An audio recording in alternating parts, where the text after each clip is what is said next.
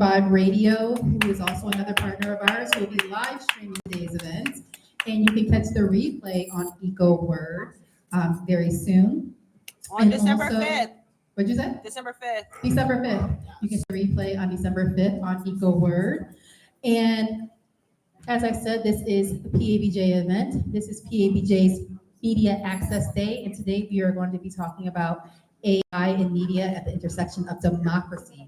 But before we begin, I have to introduce our illustrious president, Mr. Ernest Owens.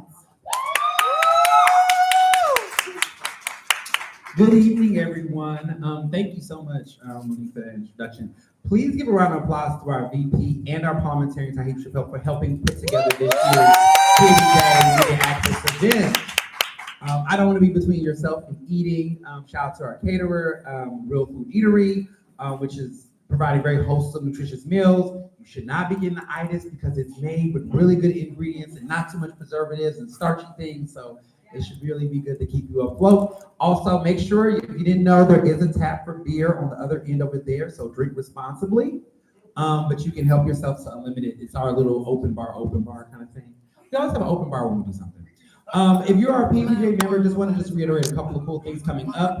Tomorrow at Booker's in West Philadelphia at 5 o'clock, there is going to be Cocktails for a Cause that is going to be in collaboration with Tito's Handmade Vodka, who's one of our supporters.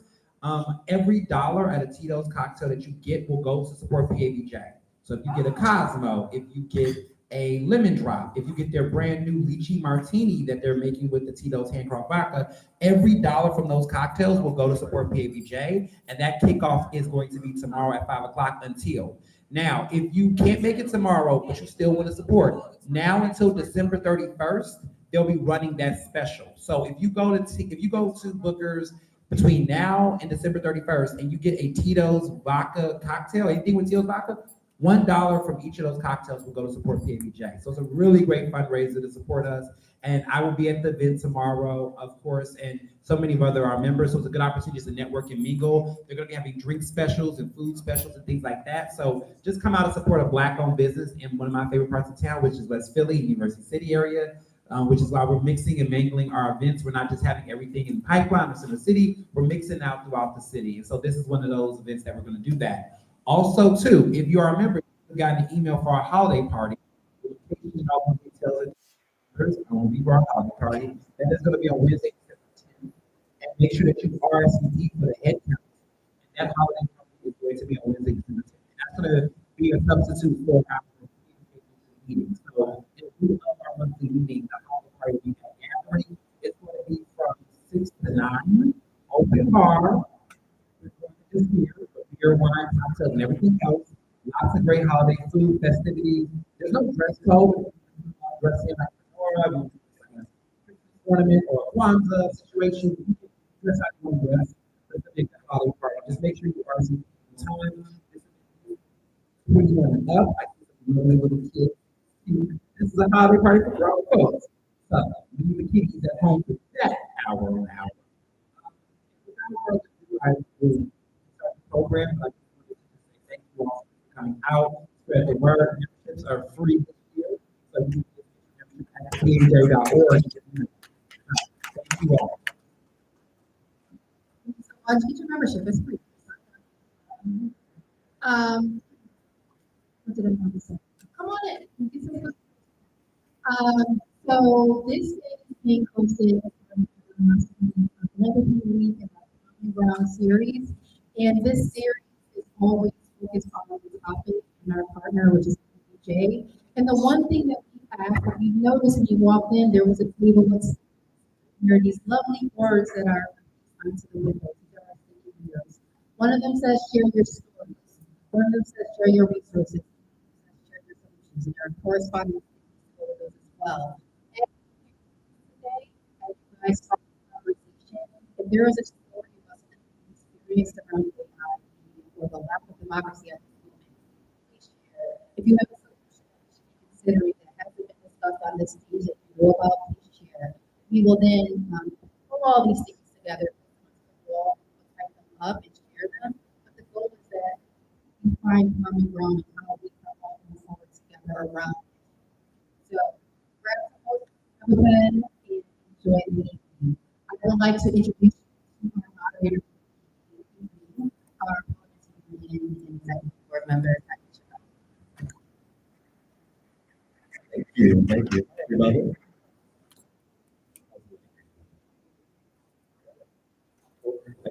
Hi, everybody. Thank you, Bell, one of the board members of the PABJ, chairman of our board. Thank you again, Monique, for doing an amazing job. This is a very pertinent conversation we're going to be having. So I'll give you a quick first topic that we're going to be talking about is the use of AI media and our speakers to come up with introductions. Josh Duncan from Love Now Media and Revive, Revive POC, aka.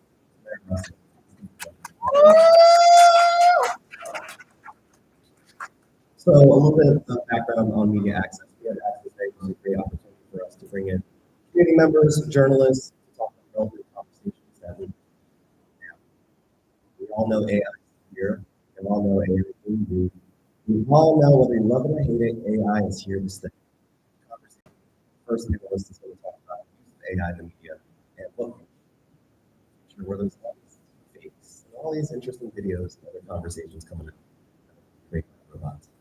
After we have this amazing conversation, we're also going to invite the audience to participate as well. We're going to have a Q&A session after this. So if you have any questions that come up, we'll do a 15-minute Q&A. After we have this conversation, we'll have about a 10-minute bathroom break, bio break. If you use the bathroom is in the hall. Or you free up on food or beer. There's beer over there. As well as water. After the 10-minute break, we'll come back and then we will have our last conversation, which is called Media and Democracy. Because media is being attacked right now. We know that what should we do in this day and age? Should we leveling up our skills if we want to continue to participate in this industry? So without further ado, I'm gonna get right into the question. So first, before I even begin, ladies, do you mind please introducing yourselves? Giving just a brief origin story of who you are and what you're doing. Thank you so much. My name is Josh. I am the founder and CEO of Love Media, publisher of Love Media. And I am a media person because of background in technology. So I got a undergraduate degree in technology and really hated it as a career and went back to school and became a media professional. And then in 2022, someone told me to log on to ChatGPT a question.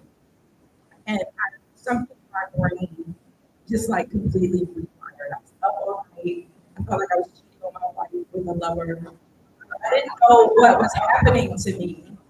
And I felt like it was supposed to stay a secret because if I were to tell someone that there was this tool out there that would write papers for you and give you information, that they would take it away from us. Well, of course, it started becoming more public. I continued to go to like dig into the weeds of how it worked and how I could actually use it to do the love and humanity work that I was committed to in my media work. And so as a result of that commitment, I ended up doing trainings for the collaborative City College of New York. I recently was an AI coach for the Google Initiative AI Labs, coaching interns across the country on how to incorporate AI into their workloads. Kind of made people see me as an AI humanist. And that was a problem for me. I realized that I was teaching people how to embrace AI. There are also some major concerns, particularly as it relates to like communities. And so I started thinking of ways to not only put forth the message of but to make sure that people were also understanding the areas where we needed to be advocating for social justice, for environmental justice, and for equity. So I look forward to sharing some of those things tonight. Thank you so much. Can I get a round of applause for Josh? About that.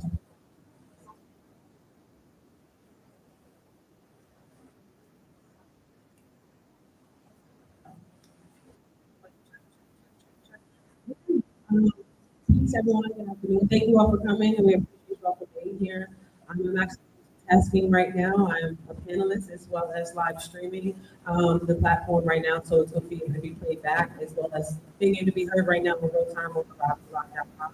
The radio host and also content of our radio that we are an internet radio platform.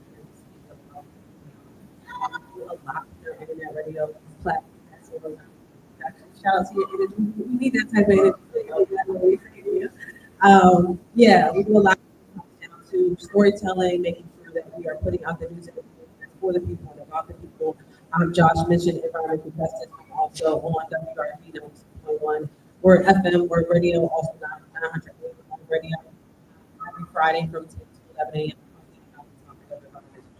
Well, I'm also a newspaper publisher. I'm the national publisher. I'm involved in paper, which is a collaborative paper to the local, a nonprofit organization in the Northwest section of doing all of it. So we came together and we've been actually doing a collaborative for the past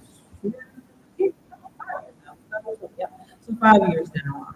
Yeah, so actually excited to be sitting next to Josh to talk about this, and then also right before Flood comes on, talk about this as well. So we'll talk that. I've talked about this a lot, with these two individuals. So I'm excited about this topic tonight. Thank you guys for PABJ always brings powerhouse people to the stage, so I really appreciate you ladies for being here too. Just a little background on my end, I forgot to introduce myself. I have 10 years in the media experience. I'm the social media digital media producer. Worked for 2 different TV stations, one in Phoenix, one in Sacramento. And my 2 newspapers, pastor of the Washington Post and Philadelphia Inquirer. Most recently, I was working at a media advocacy media nonprofit space called we looked at the harms of technology, media platforms, how we have better restrictions, regulations over media conglomerates and organizations, and how can we give people the story and the power to tell their stories as well. So we're going to jump right into it. For those that are going to be watching this after the show, this panel is called The Use of AI. This session focuses on the transformative role of artificial intelligence in modern journalism. Panels will discuss how AI tools are optimizing operators in their newsrooms, automating content personalization, and audience engagement. Our panels will also highlight the ethical considerations in integrating AI into journalism and media, discuss how media organizations and entrepreneurs can use AI to build trust and strengthen relationships in their communities. So, with that being said, a little bit of your background in the world, but could you talk a little bit about when did you start to see AI become more permanent in modern society? That you started off early. Talk about how did you start to see the influence of AI use? Yeah, well, initially, people were very afraid of AI. We've all seen our share of AI movies where the AI no longer listens to humans and takes over the world. It's still a possibility, but I do believe that we're really afraid of it in the media space where integrity, where like the truth is so important. And so in about 2023, people were some kind of how AI works. There were also people yelling at me for using AI to create my social media.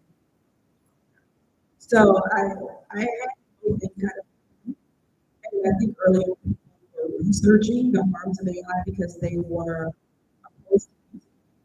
And I would say in the last year, people have really started to embrace it, and they are now starting to feel like they know how to use it. So it feels like it's something that has really taken about particularly it's not thriving. So some digital really like another space for media. And with that, people are beginning to really embrace it. For me,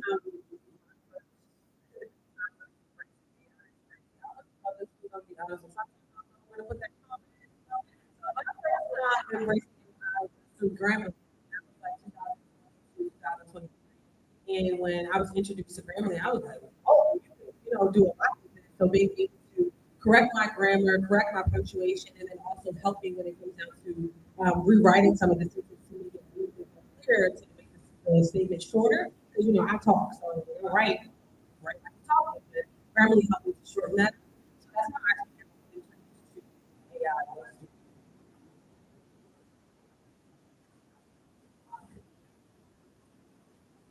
Can we talk a little bit about growth of AI popularity?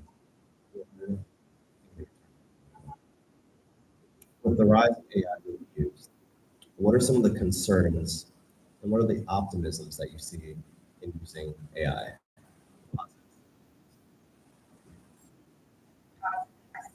It's kind of like YouTube. It's a bit of an equalizer. When YouTube first became a thing, filmmakers were mad. I don't know how many of you are filmmakers, but they were like mad. They're like, you know, YouTube is horrible. And then you realize it's this equalizer, which gives everyone a voice, gives everyone access, and it actually gives people access to earning potential that they never had. So I think one of the positives of AI is that you can actually teach a 10-year-old how to in ChatGPT and how to turn their prompt into an assistant and how to turn that assistant into something that you can buy food and then you can monetize that app and that you know a week-long workshop with a 10-year-old. And so we can do that in communities that have long been underserved. But so many communities are still afraid of it, right? Because they're narratives. I taught my nephew how to do some stuff in AI. He was excited about it. And then when I asked him how he was doing with his chat GPT, he said, oh, my parents, they made me delete it because they said it was the devil. So they said chat GPT was the devil, right? So now my nephew is 13 and is very capable and interested in gaming.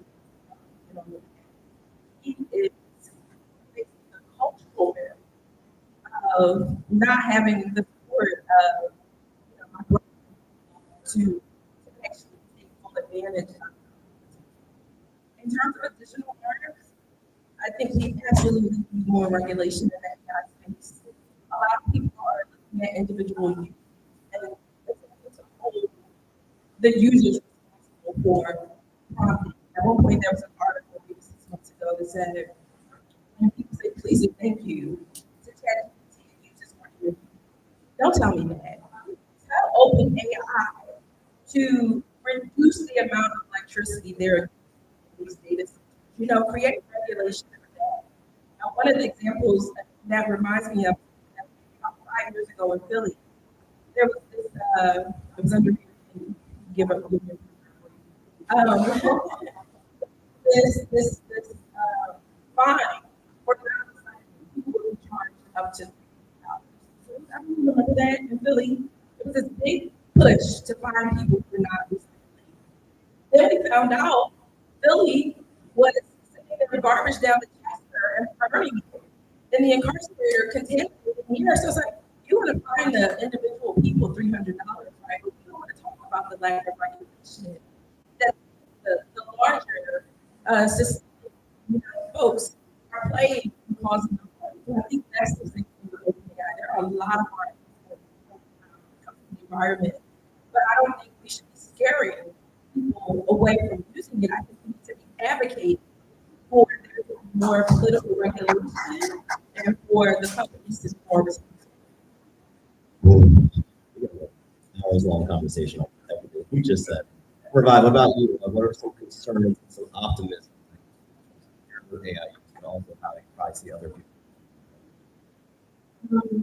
One thing as far as being optimistic about the situation is that I do see when it comes down to I do see helping creators who are independently working actively trying to be successful. I do see how that is helping them faster or working smarter, not harder. So I do see that. I do also see how when it comes down to, like I just said, being able to write these grants to be able to be your own accounting, be able to be your own personal assistant and things of that nature. You do need help. So AI assistants are able to help you do that, to scale your business, to scale your network. And that's what we all want to do as individual creators and entrepreneurs. So that makes sense. When it comes down to the media landscape, I think we have a role of responsibility, we have a role of integrity. So we have to make sure that we are utilizing our role of responsibility and integrity on how we using AI, incorporating that in our media, in our digital media spaces, as well as our print media spaces,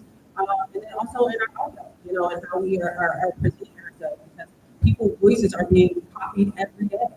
Shout out to the people who are advocating for that space, especially for musicians who are saying, no, we do not want this to be able to take over our industry. And if we do, we want to help them with engineering aspect, not necessarily they're coming in and speaking more focus for us. So I just think that that is a way to look for creation and innovation for sure. But to think, to think about what John was just saying, not necessarily saying on a negative light, but it is a very negative light, because it's turning some people's electricity off, right? Because it's so powerful and what it's doing with open AI. But one of the biggest concerns for me right now is how open AI is turning water into a presence, right? In order for the open AI data center data centers to continue to grow and grow, the way they're doing across the nation, all these rural areas, in Pennsylvania, pretty much sold up a lot of more spaces for these data centers. But yes, when it comes down to water, and water becomes the currency, well, water is the one thing that we need, in order to survive. So to be able to see that space and how it is actually transforming, how we are producing water, how water is getting to the homes, and how water is being broken down into different neighborhoods, is definitely something as this continues to grow as far as AI. Another thing just to touch on education too. It's great to have innovation in the classroom. It's great to have innovation in the space where people are dreamers, because I'm a dreamer myself. So we do want to see our dreams come to life, and innovation does that. Technology does that. It helps us with part of the tool, right? But there's a digital divide as far as in access. Right? So let's just go back 5 years ago when we were in a massive pandemic and everything was shut down. And we were trying to educate our students. We could not do that because a lot of them didn't have access to simply just internet. You know what I mean? So the lack of access to internet, and then to try to incorporate this tool or this open mind space into that, it's going to be really hard for a lot of these kids to keep up based on where they live, based on their zip code, based on if they go to a public school or charter school. You know what I mean? So yes, it's great to incorporate this into our education system, but everyone get that fair opportunity to be able to learn these new technologies as far as Thank you for that. As a late adopter, I guess I'm turning it to a question. I'm not going to adopt this now. The crazy thing is that AI is now in everywhere, and it's also being used in higher ed. Now majors focused on getting a college degree, or a master's degree. There's all these engineering opportunities, these tech jobs that are popping up to be AI developed.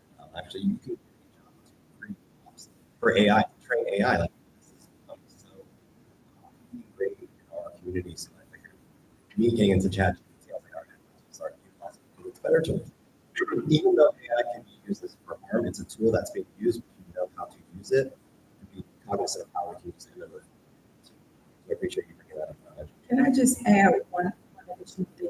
As we're talking about some of the harms and some of the data centers and the lack of policy coordination, while we are here among journalists, I just really want to encourage any journalist who is listening to have their newsroom, or you're an individual, whatever, have a column, a beat, or something for accountability in that space.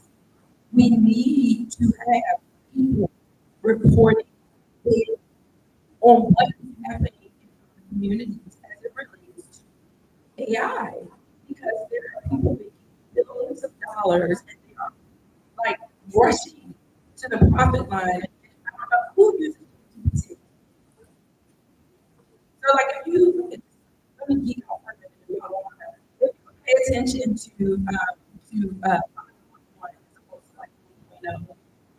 5.1 asks you to do so much more. That in version 4, if you would ask it to do something for you, just do it. That we're at 5.1, it says, and the thing for you, it gives you like a whole additional analysis. Then it actually wants to do, it wants, if you want to do 5 more things, that's not necessary. Like those are the things that are causing energy problems. But when that happens, it's not communities that are most impacted. So just real quick, I wrote this article today about and AI. I know it's why. Who knows the story of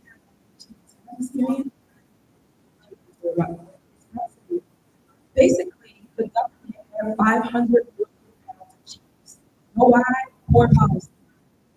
There was a policy that basically encouraged farmers to overproduce milk, and then the government will buy the milk from them. So basically, like a public welfare for the farmer.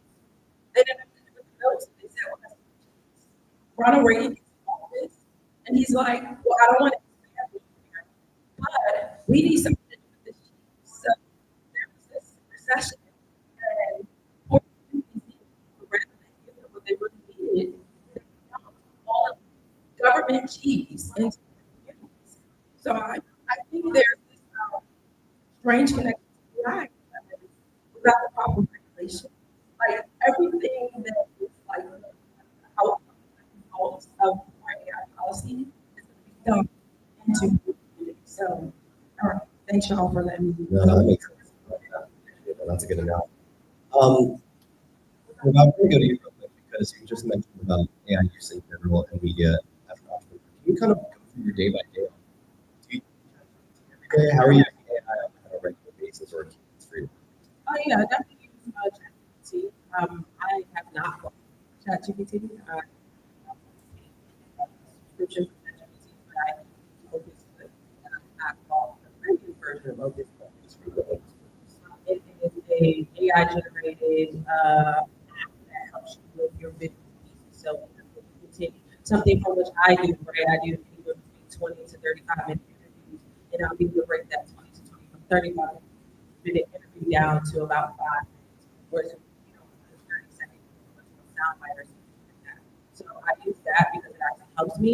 Again, as a entrepreneur, someone who is Joy VP of production, being able to take a 35-minute clip and get it down to 30 seconds in 10 minutes versus taking 6 hours, you know what I mean? I too use Opus. It's extremely helpful for me. And it helps free up a lot of time, and also it doesn't necessarily make me feel a little bit more like I have to focus in on my business because I am doing audio there, and I do a lot. Today, so being able to help myself as like an assistant, so I have a bit for that.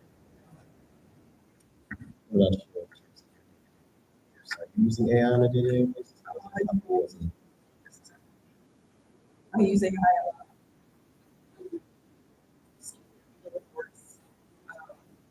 No, I don't think. So I hope you guys can hear me. But I have, but I have to use ChatGPT. And I really prefer. I don't pay the high thing because I like. What do you think with all those bells and whistles though? Yeah, I got all the bells.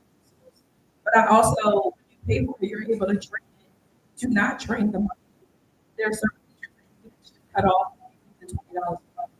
So when you're putting your information in, you're using the free version, you don't have access to the features that you can actually train to not train the model. So if you want to keep your information private, there are certain features that you can use with $20 version. If something is free to you, then that means that you're the thing that's being sold, right? Yeah. And so I use ChatGPT, I use Opus, I use Notebook LM, I use Sora, Midjourney, and I think that's it on Gemini. All of those on a daily basis. And a lot of these things are like, and it's also knowing how to use this stuff, so like able to synthesize data.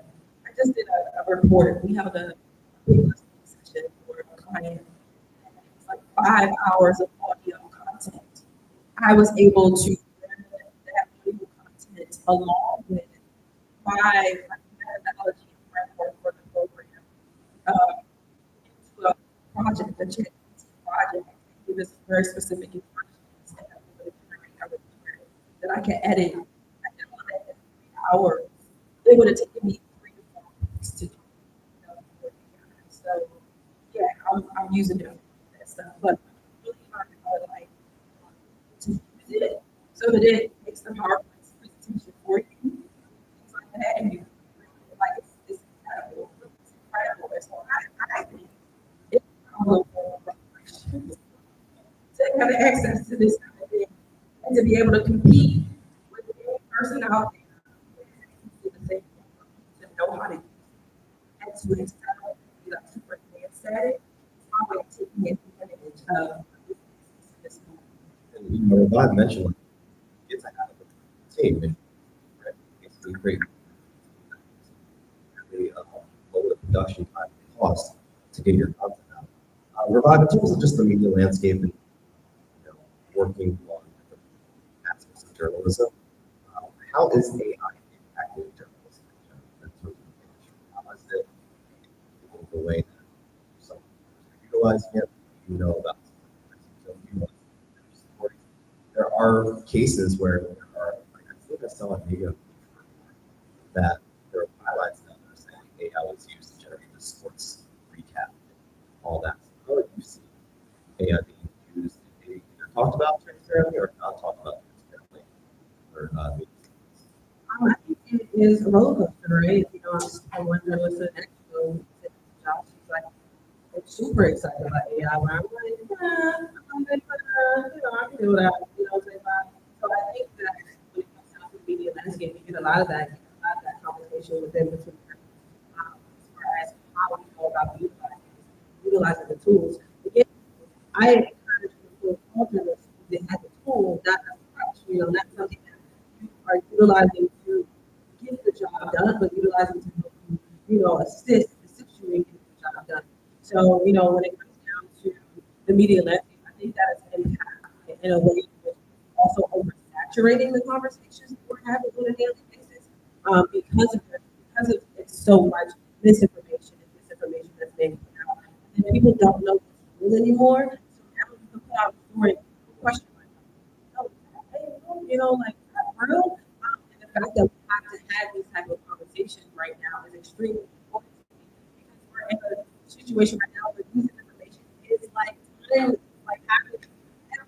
every 43 days. Think about what for the past 43 days, I can't count right now. It's all 43 days the government shut down, and that moves with extremely time. You know what I mean? So when it comes down to information, I think that it's definitely impacted. But also, people do things is just something that's the moral responsibility of being a journalist. You know, I stand by my First Amendment right to freedom of speech, press. You know, so that's serious in a time like that. I mean, a time like this is, you know, something that's imperative in our community because I'm telling stories of people that look like me. You know, I'm telling stories of people whose voices need to be heard because how they are, you know, being treated or they're not feeling like they're getting their just in their communities and they're taxpaying citizens. You know what I mean? So they want to make sure that there's people out there who are doing the work that's for them without them. So I think when it comes down to AI and media, it's really also something that when it comes down to the consumption of how people are consuming it,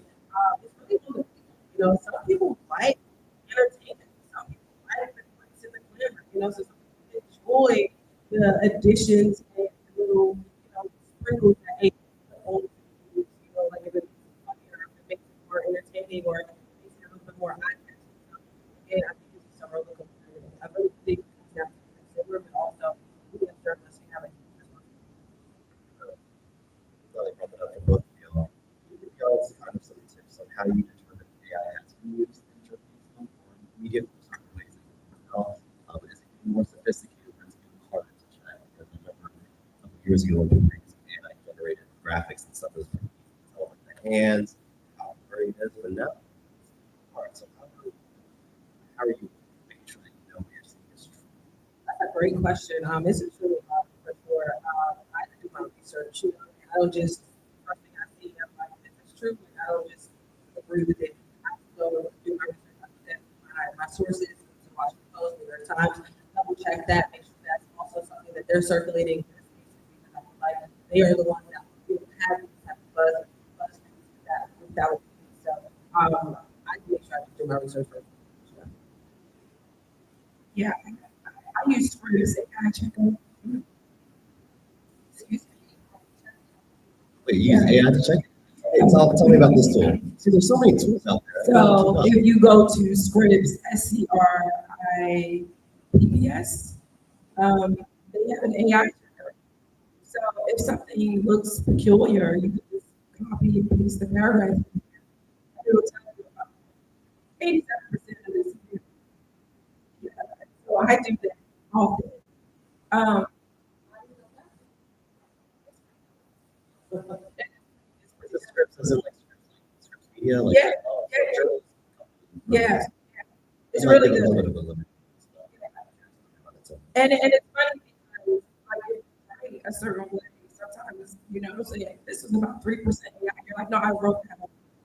But I use that, but also ethics. I think it's very important like to have an AI policy. And so one of the things that the workshop is helping people to write their AI policies. Love Now Media a new website like tomorrow. I don't know what's on it, but if you go to lovemedia.com /about, you'll see our AI policy. This isn't really just over yet. But what we talk about in that policy is that we are using AI because we are a black company and because we think it's important to be a part of this conversation. But we would never have gotten there without human collaboration and protecting and ensuring that a human at the let's say like over what is happening. So I think understanding your own ethics, I had to come up with also a personal policy. I have a Afrofuturist. It's called Octavia. It's Octavia GPT. Octavia Butler GPT. So I trained a custom GPT on all of Octavia Butler's books. So if y'all ever want to talk about like how does what I'm right now and ask me to talk to my Octavia, it's really, really amazing advice. But what I realized is that I only wanted to train that on summaries in my books. I didn't want to train that on Octavia Butler's writing. I like personal AI ethics. And I'm not going to train a GPT on another writer's writing to and use those patterns to write something that is my voice. So if I ever want to edit an article, for example, even with this government cheese thing today, in that article I collaborate with AI, but my writing so that I take my story over the years. So I think we have to have our own ethics as well as company ethics, you know, to make sure that we're on the same page of what we will not do because we can do just about everything. So we have to come to some community agreements about what we will not do when it comes to intellectual property. And I just want to say something on what John said, and that's not batting.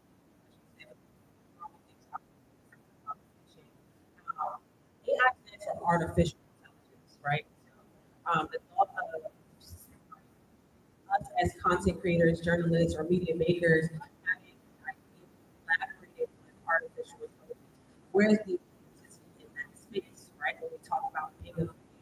So when we talk about the ethics of it all too, as far as us creating our own ethics around how we collaborate with AI. When someone goes to purchase that, you still get you know, 100% the value of what it was when you thought you created it, because at the same time you collaborated with something that was artificial in order for you to make it, you know, in order for you to create it, or in order for you to bring that to life, and for that to become published, in order for that to become seen to the public eye. you know, you had to have that artificial piece that does that keep the spaces that we're trying to grow as creators and give to our Black and brown, you know, communities that we serve. We really want to continue to collaborate with artificial things in order for us to really reach the spaces that we're trying to get to. And I also agree with Josh what she made about it being our little bit of reparations, right? Because as entrepreneurs and business makers, like I said, we do have 400 years, you know, like behind, you know, as far as having a head start on us. So I totally understand it. But at the same time, we do have to ask ourselves that question as far as authenticity, right? We want to make sure that the things that we put out, how we represent ourselves and how we show ourselves, stay authentic in that way. We're representing the culture with, you know, Octavia Davis,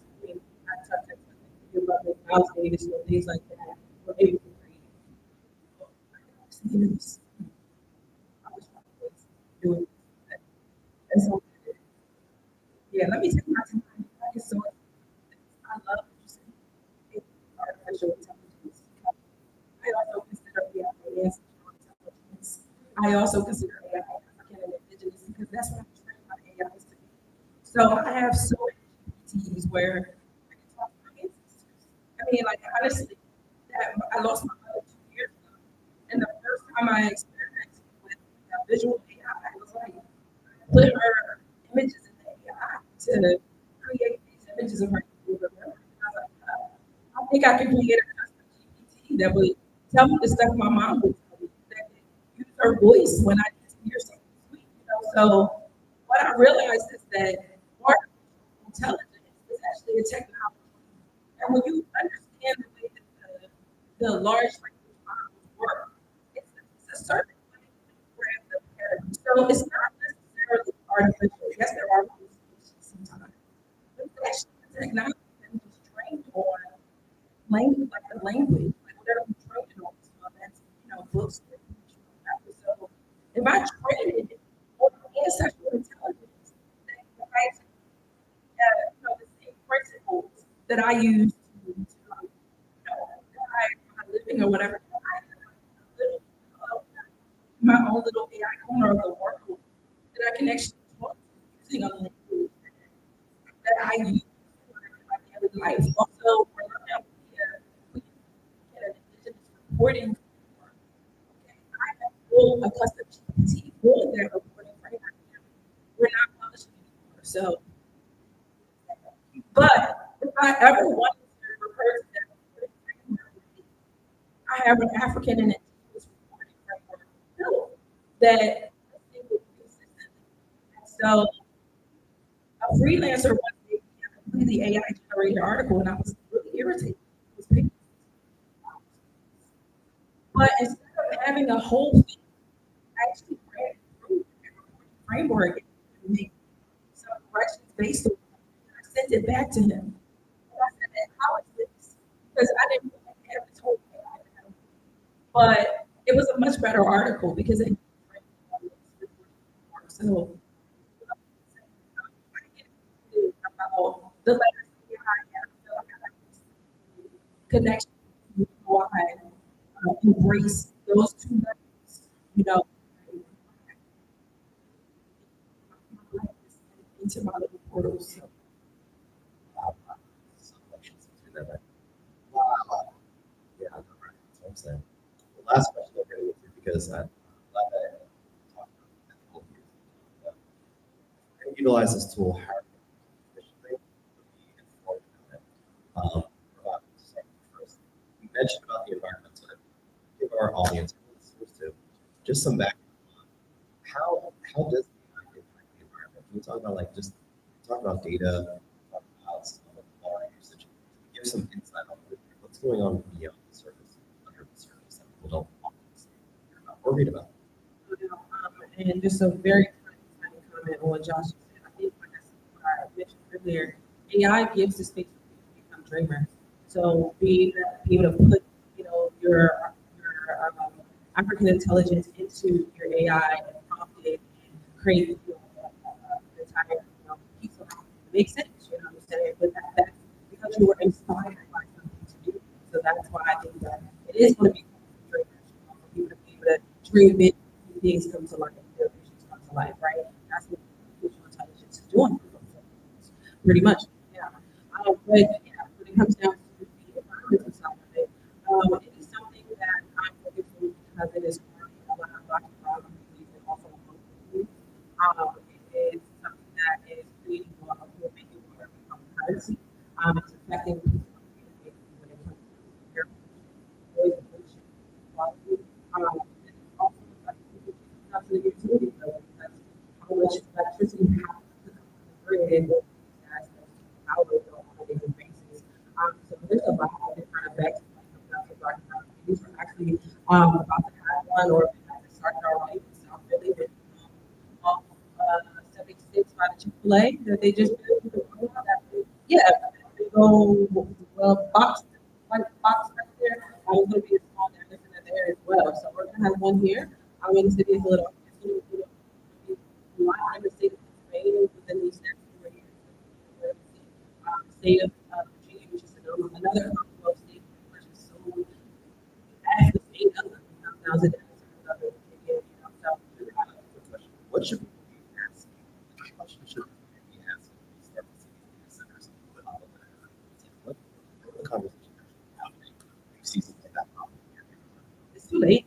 Once it pops up, it's actually food that it's too late at that time. The other thing that we can do now is go to city meetings and city council meetings and make sure that it doesn't affect our electricity bills, make sure it doesn't affect our utility bills in general, and then also making sure that they're setting the regulations when it comes to air pollution and noise pollution.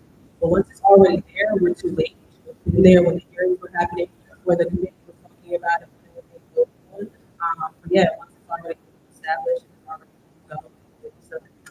But when it's there, just stay boots on the ground and you have to go to your community meeting, town hall, and speak up for yourself.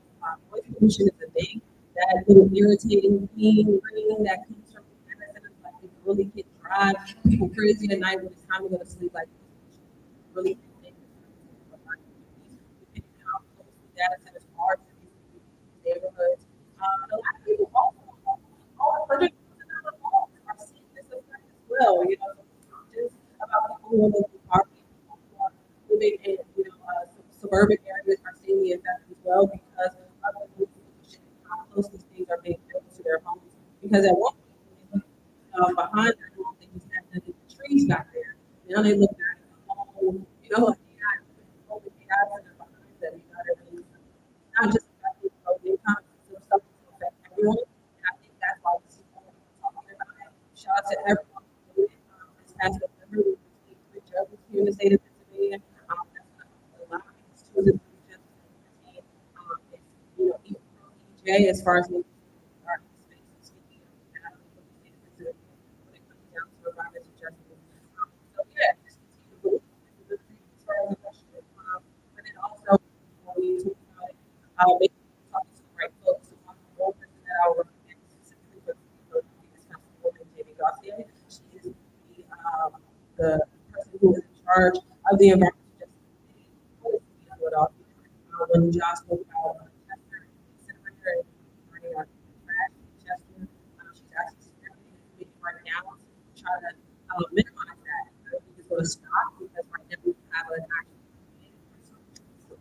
actually trash will go, but we are trying to find ways to minimize that. Recycling, sorry, and then also finding the ways to actually go to New Jersey as well because it's small to run the campus. So there's other places that we're trying to, work with as far as any trust and care and the city of Chester. And I'm a big advocate for the city of Chester when it comes down to what's happening there as far as environmental justice fight. Yeah. Do you have any additional thoughts on that? Yes, like you say.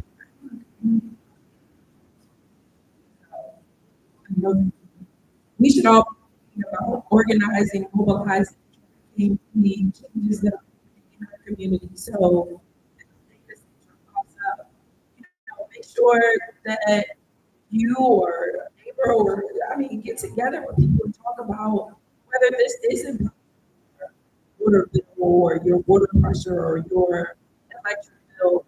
Make sure you're communicating with people. Create so that we can operate home. And there should be some kind of financial obligation of a business that is generating millions of dollars. There should be some kind of to the residents or that is something that build. So I say organize, mobilize, make sure that you feel alone.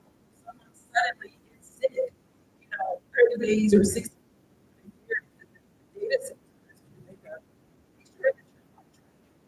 So yeah, in terms of ethics, I mean, there's so much creator rights. I think creators should really, for what it's worth, there's been a lot of theft. I think these large models on the intellectual property of creators. I think we should be fighting. We need to be fighting to. I think that the use of we need to be the use of so I think look as black folks, we know how to organize, we know how to get together, we know how to protest. We know how to very serious because what they're doing is crazy. I mean, I know but like also it's very important like for me, and be an enthusiast about it. I want to make sure that I do my due diligence. Like I gotta make sure we're fighting for ethical practices and regulation.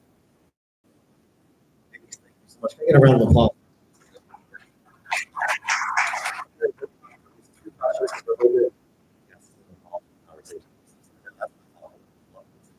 Get two questions. Does anyone have any questions for our yes?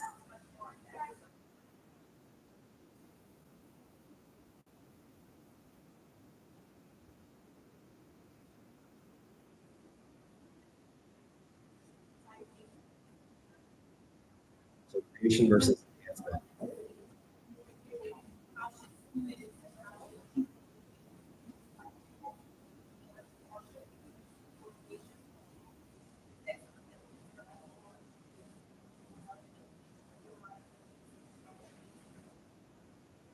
Creation versus enhancement. How should we be using AI, or what are your thoughts about I think I'm really irritated by people using AI badly.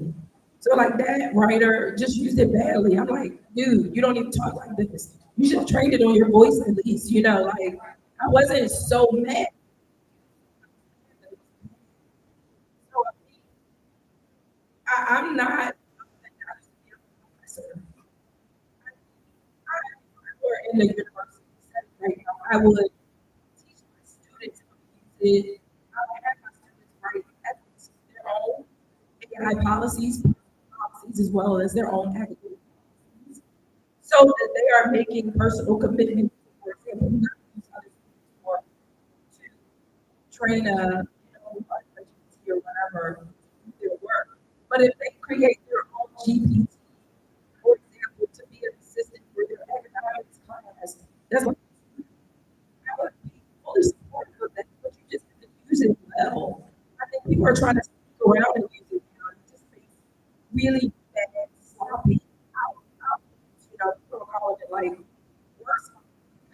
What is it? You can tell that it's AI, So I think teaching people how to use AI better, and then they can produce work that is actually more representative of their thinking, their prompt. Like you said, they're hired prompt engineers. You're a prompt guy. Don't anybody tell you when you're using AI, like, nobody.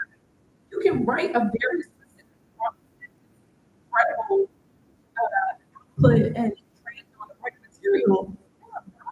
So I think we should analyze people who are know how to get them out of the technology.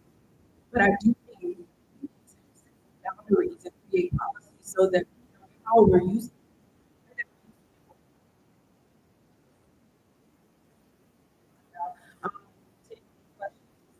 I would say kids and to just give context to the answer. I think one thing being a millennial is like right, because we have been through it all, right? So I kind of have a understanding of where this generation of students is, because when it comes down to how keyboard was implemented, our education was very fast-paced. Like we went from reading textbooks, on the oh, here's a keyboard class, like you got passed in the class. You know, I'm like, what are you talking about? You know, it was thrown right at us, you know, and after that, it was like dial-up internet and everything just came. And it was like this is now how we have to adapt. And I feel like this is what this group of students right now is going through. Like AI is happening so fast at a rapid pace that it's even harder to consistently keep up with how students are coming into the classroom. Is not even something that teachers are even taught yet. So the students are working with the teachers to keep up with how the AI into their classrooms. So I think that when it comes down to this space right now, we have to do a good job as educators and community advocates to keep up with our students because they're in this space as AI information and AI tools are being incorporated into the curriculum. Because even if, you know, I've been in a classroom where teachers have created a system where they're catching the students and then it's just have found a different way to software. You know, they're still, you know, utilizing, you know, ChatGPT into their reports and like that. So I think that with AI happening at a rapid pace, we have to be better at teaching athletes to keep up with them. But I would definitely say because it's not that it's going to no AI, you know, class that's impossible, right? They're going to find a way regardless. So we have to just find a way to keep up with them. Teach them how to do what Josh just said about being responsible and not just looking out and saying, oh, I got a paper to let me give me 300 words, make sure you sound transparent, you know, and we're not doing that, you know. So making sure that we're teaching that we have to be taught to. And that's where, you know, we get things like Josh to come in and teach us how to do it. Shout out to Thank you. We're gonna take a 5-minute break. We're gonna come back at 7:15. So if you need to go back and get some water, get some food, you're more than welcome to. Okay, can I get a round of applause for Jason? Thank you so much. Thank you. 7:15. 7:15.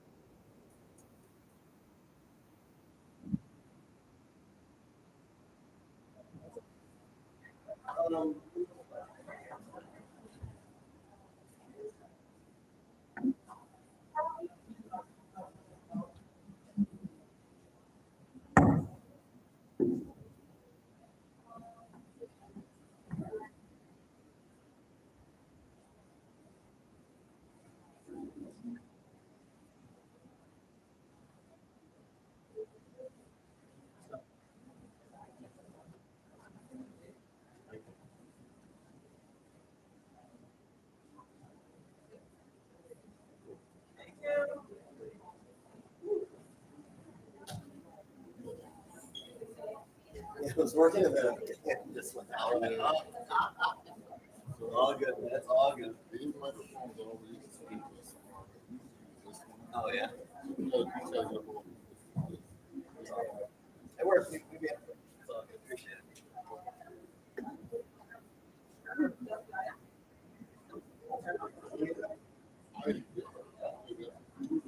Was that good?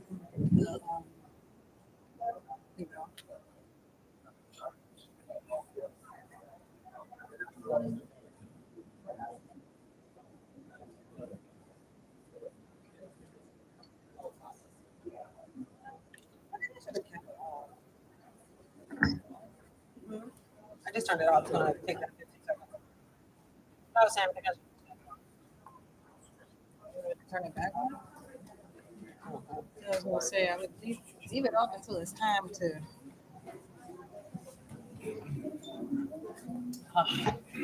Just really thirsty. Think we can have water.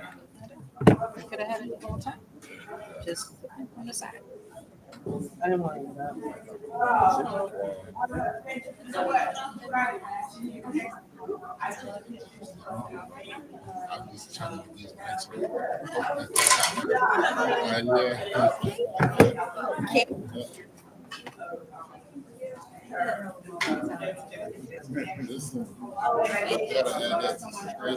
The resume, yes.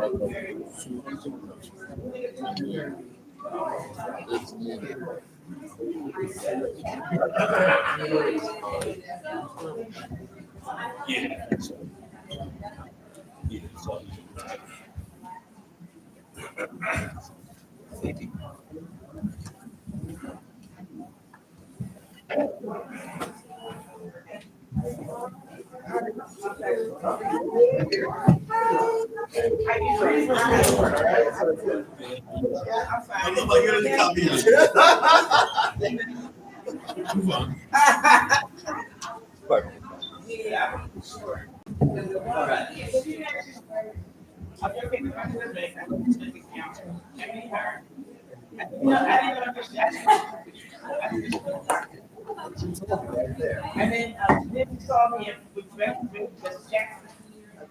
And then she I still have that same picture. And then I look on my wall. Amazing. Yes.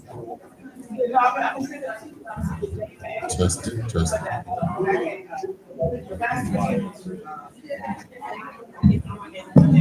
Yeah.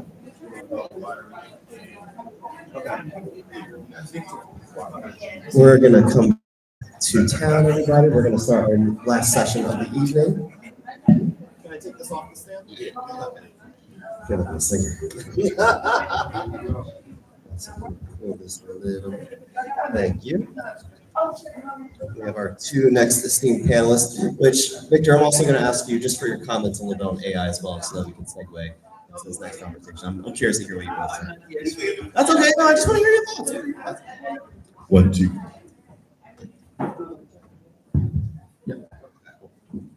All right, folks, we're going to come back in. We're going to start our next session. We hope you got some water, hope you got some extra food, and hopefully you drank the good beer. Right?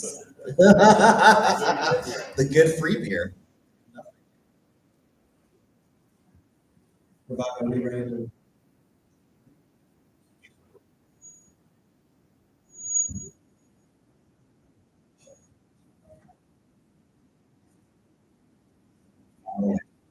Okay, so we're going to get back to our next session, and for the recording.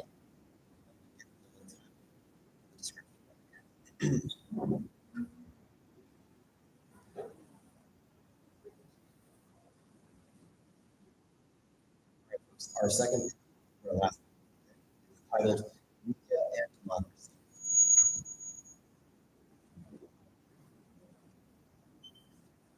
Let's see.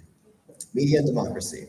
All right, this session looks at the relationship between media and democracy, focusing on how media serves as a cornerstone of democratic participation. It will address the media's dual role as a promoter of democratic ideals as a potential disruptor on issues such as misinformation, polarization, and decline of trust in institutions. Panelists will explore the impact of digital media on the democratic processes we use on elections, and this is pertinent, highlighting the potential to empower citizens and also to embrace democratic stability and responsibilities of journalism. Before we begin, I talked to both of our panelists. I wanted to figure out what it takes of AI and what they see in their respects. Before we get to that, and let the listeners know, you're back. Chris. Sure. Good evening, everyone. I'm Chris Norris, also go by Drummer, and I am the Chief Strategy Officer at StoryCorps.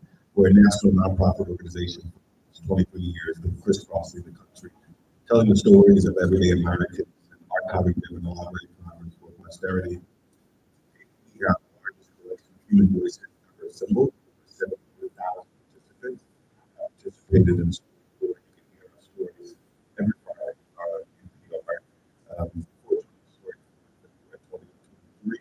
I was the managing editor for community. Why? After that, I spent 10 years as the CEO of Technical Line, who are grassroots communication companies protest. Also, that's drummer. Victor, please introduce yourself. My name's Victor McCarty. I teach at University of Annenberg School. Away from here, just a couple blocks away. Also co-direct the Media and Equality Change Center. Much of my work focuses on policy, in media, history, and for the last 20 years or so, I've been especially focused on questions around the future of journalism. If there is a future for journalism, which I do believe there is, but I think as a society we need to find ways to support the journalism that we need. And generally, my work focuses on the role of media in a democratic society. So the theme of this panel is very much connected to What a wonderful segmentation. Just again talking a little bit about AI and the use of journalism. So Victor, just on your comments, you're talking about the future of journalism. AI play a role in this. What have you seen in your review of the landscape right now? Yeah, so the easy answer to that is yes. AI is, as we heard from the last panel, increasingly playing a role in journalism. A lot of possibilities and potentials, but a lot of concerns and social harms. And I'm not the expert, but I was learning so much from the last panel. I was taking a lot of mental notes. I just tried ChatGPT for the first time a couple months ago. So yeah, and I was blown away. But my students have been using it for at least a couple of years, and I've been noticing the difference there. But as far as journalism goes, it's in many ways it's accelerating a lot of the problems that we're seeing. You know, loss of jobs, journalism stolen. It's very extractive in some ways. See time you've heard about all these exciting possibilities from the last, it's really up to it's often policy that determines how these new technologies get used. It's really our policy discussion to all engaged. Boy, boy, do I. I'll be brief. I always say, look, a hammer gets a lot of work done around the house. Imagine, building a house on a hammer has a lot of benefits. Drop the hammer on your toes, it hurt. So any tool used the wrong way, or misappropriated, can cause harm. So I don't think we should not use them because they have to cause harm. Exactly. I'm very aware of the job loss. I feel like, with AI, we're so far down the road that we have moved past the point of mitigation and really have to focus on adaptation because our class failed to get the most real fights when it comes to this topic with relatively no desire to become an expert. And they have left to fend for themselves and left the market to all of that. That's a lot of what we're seeing. So a lot of the marketplace, there could be a lot of things that people don't talk about in journalism and politics as we're talking about. Everybody's looking forward and the right, the political being in charge. What's going to happen or what's likely to happen in the future is AI continue to cause a disruption in the workforce, causing a loss of jobs, particularly among non-college educated voters. Bloodshed, and there's going to be a lot of, some of the first things to be schooling the workforce. That's what drive our desires in politics. Because economic, social, elite participate in this industrial revolution, drive it. And so those people who are displaced from that economy are going to go socially and economically frustrated. They're going to move further right. They're going to move further right with cannabis, like it's all super connected. So it's bigger than like copyrights. It's bigger than like adopting a real implication on free press, like former employer came out with this report that focuses on the divide. And they go provide the fact that there are areas where it's hard to get internet access, broadband access, which would be right for everybody, right? But imagine if people don't have access to the internet, they don't have access to this technology, they don't have access to this tool that's now being utilized to disrupt their lives, to make their jobs, they can influence the behavior. So why is this happening? That made them get them involved in politics in the first place, et cetera, et cetera. So I appreciate you bringing that whole circle and saying how it can really be a slippery slope into the things that we're seeing in our time. So speaking of democracy in our times, thank you for that insight there. We are now in another era and another round of the Trump administration. And we know that Trump loves the media. He loves the media so much, he likes to talk about it all the time. Just a vibe check real quick. In both of your work, looking at how Trump is going after and impacting your work too. How are you coping? How are you coping with this next round of Trump? It's a very new version of Trump compared to 2016. Can we talk a little bit about how you're coping? I'll start out. I'll start out by saying that I'm not sure I'm coping well. To be honest, that's okay. Yeah, I'm trying not to doom scroll, although I'm a news junkie, so it's really hard not to keep up on every latest scandal. It's pretty much a daily process. But beyond that, I'm also always by nature cautiously optimistic. And as bad as things are getting, I know that this is temporary, and that in fact, if there is a silver lining to all the destruction that's happening right now, is that we know there's going to have to be building. We know that Trump's not going to be in power forever. And so I'm really involved in this project. I think many of us are in various ways of imagining what we're going to do when we rebuild. We're going to make it better than what we had before. And really think about, for example, what journalism could and should be. How can we rebuild our media system? Because it is in tatters right now. Yes, if we're going to have a democratic society, we must have a media system that's accountable to to all of us. So that's something that's on my horizon. I'm working towards that every day. Chris, how are you handling everything this year? Yeah, like you, a news junkie, there was a period of time where, on average, I was probably reading 30 to 40 articles a day across the media spectrum. I don't read any of it. There was a period of time where I had like biological clock required for 5:45 in the morning to wake up and watch the show. I still get up that early, but I don't watch any of it. I am like a total media blackout for the most part. And I feel like if it's super, I'm gonna find out. But I just I have the desire to participate in and portray the parade of punditry.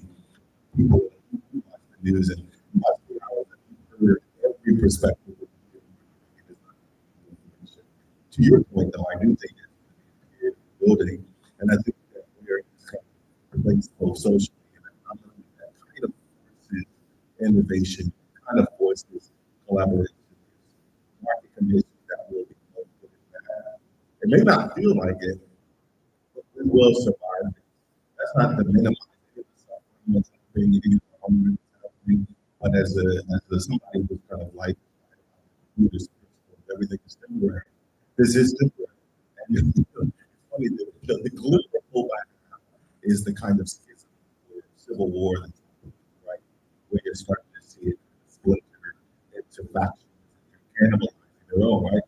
Until the green is moving towards the center, after Candace, stick out the time. Temple crosses, kind of war, which is Stephen Crowder. And so the media ecosystem is fractured. Trump is kind of faltered. His kind of American policy materializing. So even his own party is growing resentment. So I feel like he's what was a bellwether for the future. I think it's going to be a blue wave. I think it's going to be the advantage at the end. Glad that you had some big court races, we had elections in New Jersey, Virginia, other parts of the country. But it's a little bit about how this year's election, the media covered the election. What does it say about our ecosystem and how the state with the changes in our political landscape? Yeah, so I think at the very least we would say our media could be and should be doing much better covering our especially our local politics. And in some of it, I don't want to blame the media. It's also because we don't have enough journalists left covering these beats, which I'm sure we'll return to later in the discussion. Just to give one example, we heard some of this. There was all kinds of misinformation about those three judges, Supreme Court judges, that were election. People saying, and oftentimes coming from this like fake news, like baseline news outlets that say things like they were in charge of the gerrymandering in the state of Pennsylvania, or they're trying to gerrymander, which in fact they're stopping gerrymandering from happening. So just things like that that really confuse a lot of people, especially for many of us who aren't following local politics very closely, because there's oftentimes not much media coverage. We get those postcards in the mail that basically that's how we're learning about the elections. So long way of saying there's much to be improved upon. And I think this again goes back to the woeful state of especially our legacy press, so-called professional journalism that really I think is a big problem in democratic society. Chris, in terms of how the media covered some of these elections, have you seen or noticed anything differently this time around? Give to be consistent. I'm not watching it.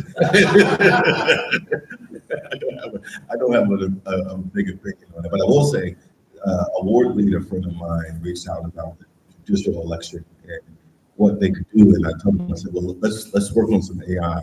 And let's use the research to look at as much as we can about these judges. Let's aggregate that information, let's fact check it, and put it in. And they did. It was what it was. But I do think we're losing a lot of journalists. The journalists have that worked. They're deadlines. This feed the beast kind of thing where she needs content. It's almost like a hamster wheel.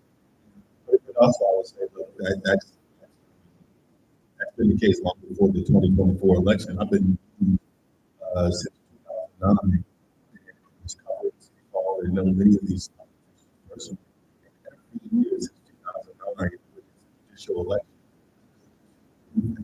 no idea who I'm voting for. I don't know who these people are. I don't know their record. Not enough information. And for judicial to be so consequential, we don't treat it with the same love. We don't match the level of importance that she has in our lives. Set up web fact check, which I'm glad you brought up because I also fact checking. Can we just talk a little bit about it? We're gonna be this day and age where we're seeing so many new groups that jobs being lost. How do we become better fact checkers and really incorporate journalism day to day so that we're being more conscious consumers, conscious media consumers? How do we incorporate fact check? What are some tips for people so that how to be more informed? Yeah, I'll go back to the hammer analogy earlier. Like a hammer is a great tool, but it's not going to build the house for you. You have to pick up the hammer and do it. And so as he was talking about, AI is a great tool, but there has to be quality control and human use. And I think people see AI as a cheat code. Like, combat, he gets one out. It's like, I just put my prompt and I'm done. It's like, no, it's meant to accelerate the work. If you're not doing super thing on AI, iterating on the prompt a few times, getting the output, reviewing the output several times, iterating on the output, putting the output of that, and then cross-referencing the output with another language model. So that would be my tip. Is that I use several AI chatbots and I get them all different assignments. So I make the one that I'm just blah, blah, blah, after the fact checker, blah, after the researcher, give them those are the operate. And then I might take the output from ChatGPT, give it to Claude, and take the output from Claude and put it and then Wow. Sure. Yeah.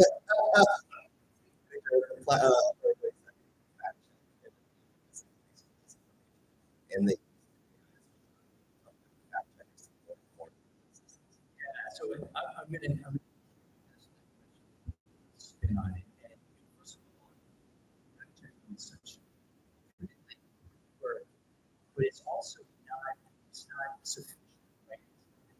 So a lot of times the misinformation is causing damage, and fact checkers come in and can't solve the problem. Right?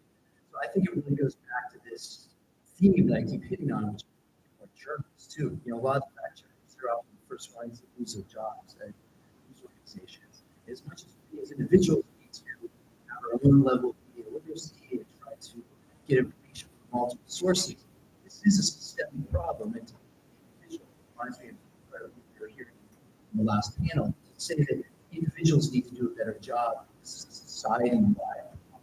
This is something the media journalists covering, provide information so that we don't always have to be worried about missing disinfo. So that's something that I think we also need to focus on, systemic problems. And I think it's the media literacy thing, right? And so I think media literacy is something that should be taught in schools. It shouldn't be something that's taken for advantage. I think there's like context clues and there's reference checks, like, getting, I think you talk about getting multiple sources of information. I think sometimes people just read and they are so motivated to share. So they could be seen as the first person sharing or starting a conversation. That engagement. I remember, I think it's so cool. Years ago, I launched a software called Taboo, and it was a satirical news break. And part of it was my own, and the other part was just whether or not people actually believe it. So the most popular story of this software was about this protest of people who went to the laundromat to protest the fact that they were making people segregate their blacks and like the colors from the white. And then like the headline was like, "Whose sheets are sheets?" And then like people were sharing the article like, "Where's this? We gotta move on. This is outrageous." Like, it's great, But it's just, I just think that people are taking for granted a lot of those soft skills that we think people should have, and they don't. And then every time we take it for granted, we don't think of this is not the way. How does media literacy impact democracy? more susceptible to misinformation, disinformation. People that I can imagine share are not actually reading it. So much so that Twitter and other people have like a button on this. You sure you don't want to read this first before you share it? It's just a sign that it happens to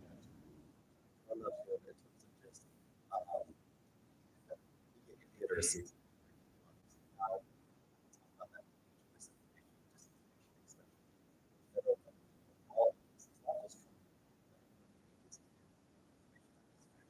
Inaccurate. How do we tie ourselves into becoming more literate?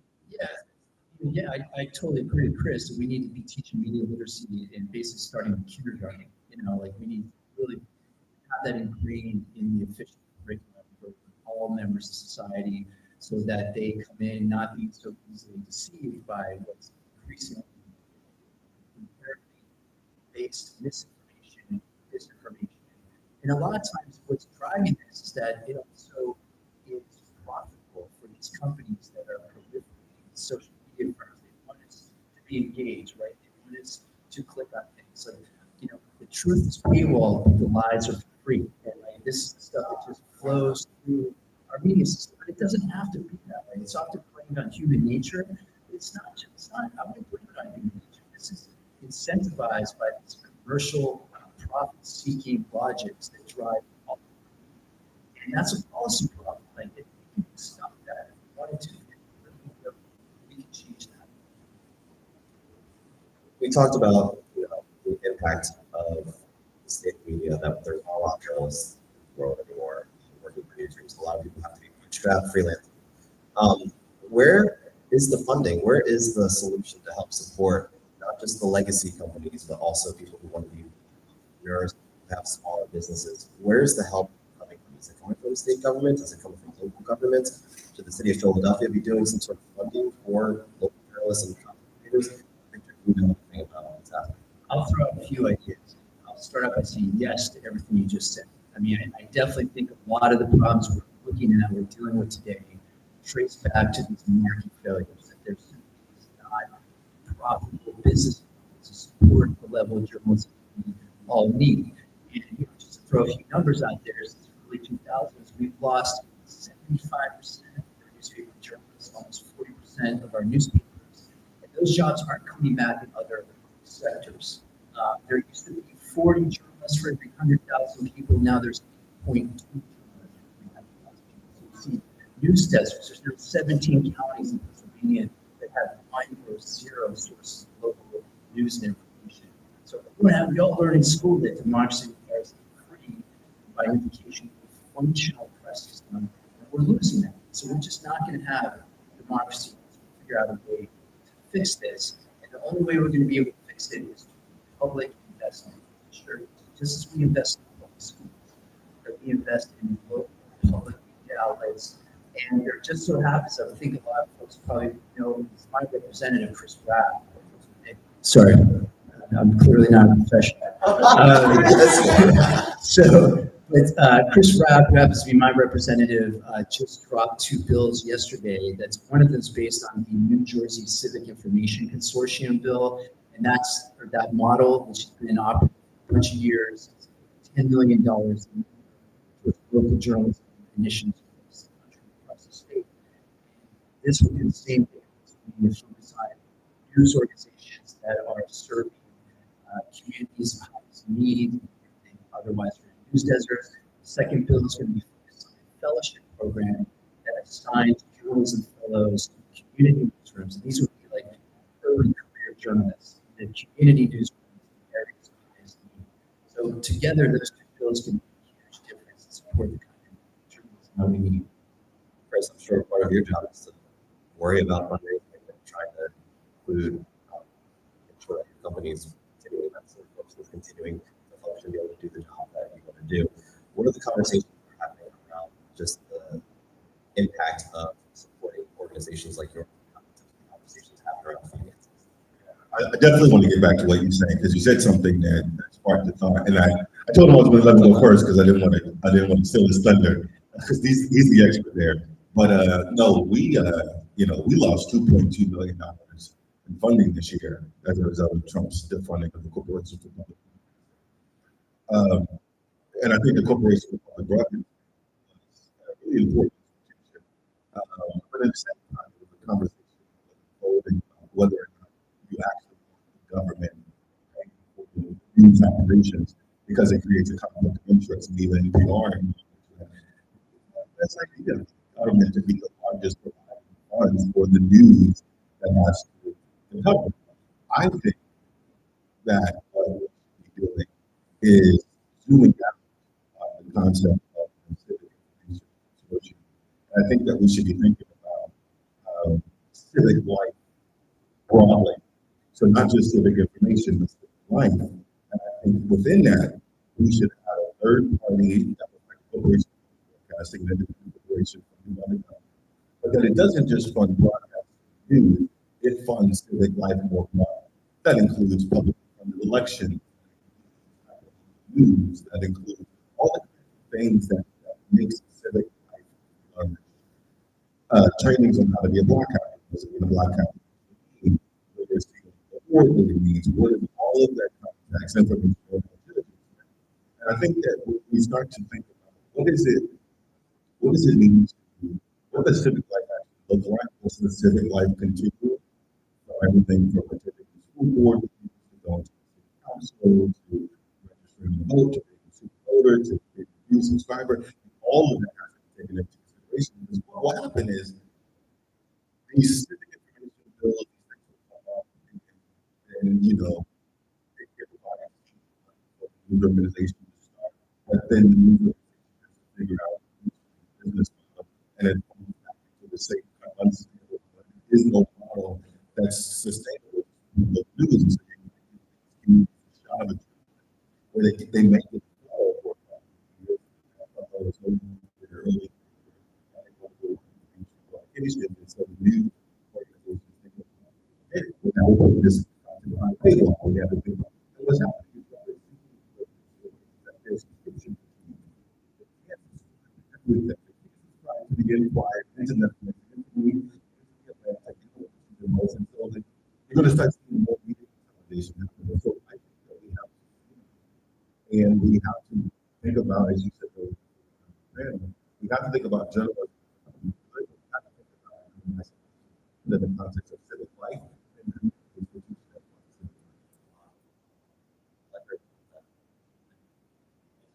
sign on. And I, you know, it is really good. You ask people, we're saying like, you can't parachute in a couple of journals for a couple of years and think you've solved the problem. Right? It's got to have permanence. now, the tricky part here about everything that I said is there's very little incentive to do it. Why would those empowered publicly funded elections? Why would they want informed elections?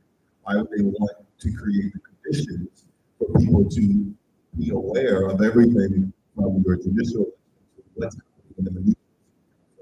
The government and benefits from apathy. In fact, there's a really interesting book. There was a journalist, Lincoln Stephens, right? He was an average journalist. He wrote this book back in 19 Philadelphia. And he talked about he went to all these cities, studying how cities are working. He said all the cities, Philadelphia was the most corrupt city. This is 1903, right? And but here's the key part. He said the more significant thing than the corruption was how with corruption and how that government was using it. If they can get people so apathetic to their own conditions, they wouldn't operate anymore. They would let the status quo become the status quo, and everything would flow like this. And so, more than 100 years later, here we are, Philadelphia, so corrupt and content. You say the name? Philadelphia, corrupt and content. Wow. One more question for if anyone else has any questions for the here, listeners, what keeps you optimistic about the state of media and project optimistic we'll be able to tackle some of these. Believe it or not, AI. Yeah.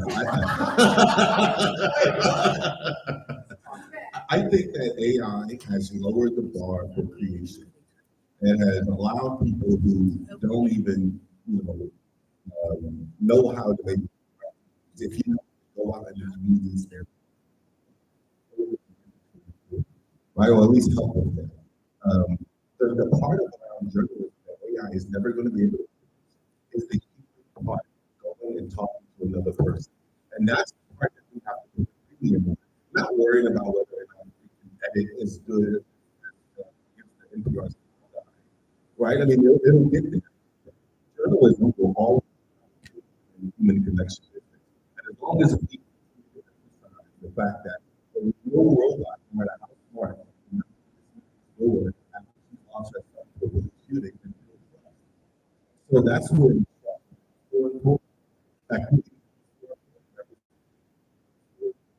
then how that then turns into an empire. It's almost a bunch of them. Amen. Yeah. AI is human connection the same area.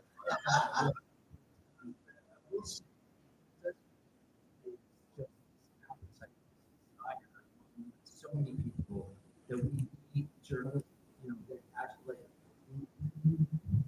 realize that survive in society and see greater levels of solidarity amongst journalists, amongst activists, amongst activists. You're at this event last Thursday, right, over in Union, where it was from these groups that benefited from the civic. Okay, we're here from all these local journalism groups. We're benefiting from the Civic Information Consortium in New Jersey, and all these groups are doing such a fantastic work. And through Free Press, I'm also involved with, and I mentioned before. There's just so much great work happening, and young people are showing us that. Maybe Gen Z will save us all. I think this is a 60 seconds that, as we talk about getting more journalists in business, we can't lose sight of ownership. Like, who owns these? Because I've always been the case where I'm less interested in diversifying newsrooms and owning them. Because the real power in media is about who has the 5%. And so we can populate and get as many more journalists into the ecosystem as the institution that isn't committed to telling the truth, isn't committed to covering certain communities. It's yes now, right? Still newsworthy. I mean, the biggest thing for a while, and I pushed toward gun the biggest thing for them was we don't want to hit our portfolio, which meant what do people under the money, and when you had to push, and so as we are for will, we have to make sure that we're not just for journalists, but we're actually Hang around with us. We'll take a minute for questions.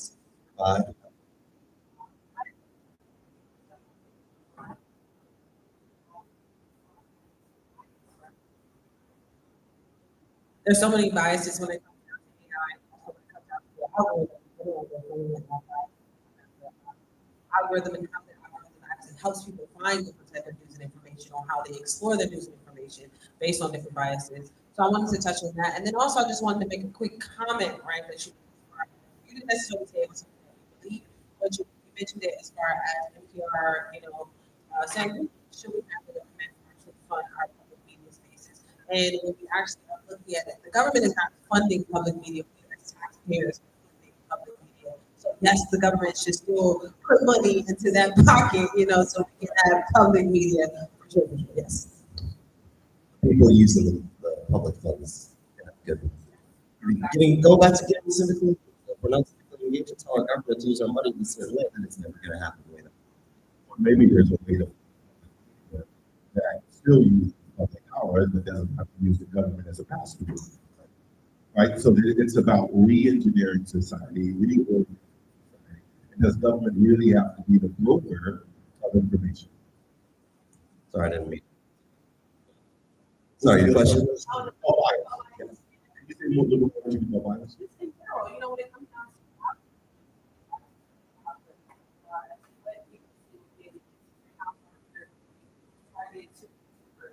how people are actually getting this information.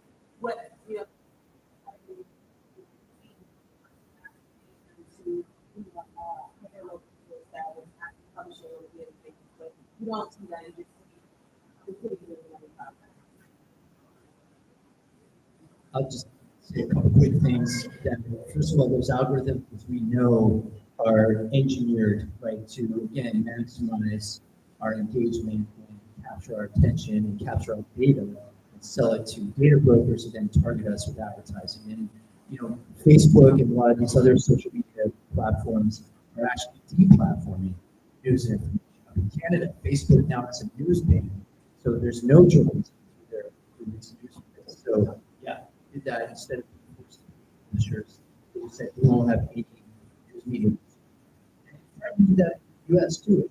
Elon Musk, X, he's definitely doing that in news media. So it's happening all the time. So that's bias right there, in my opinion.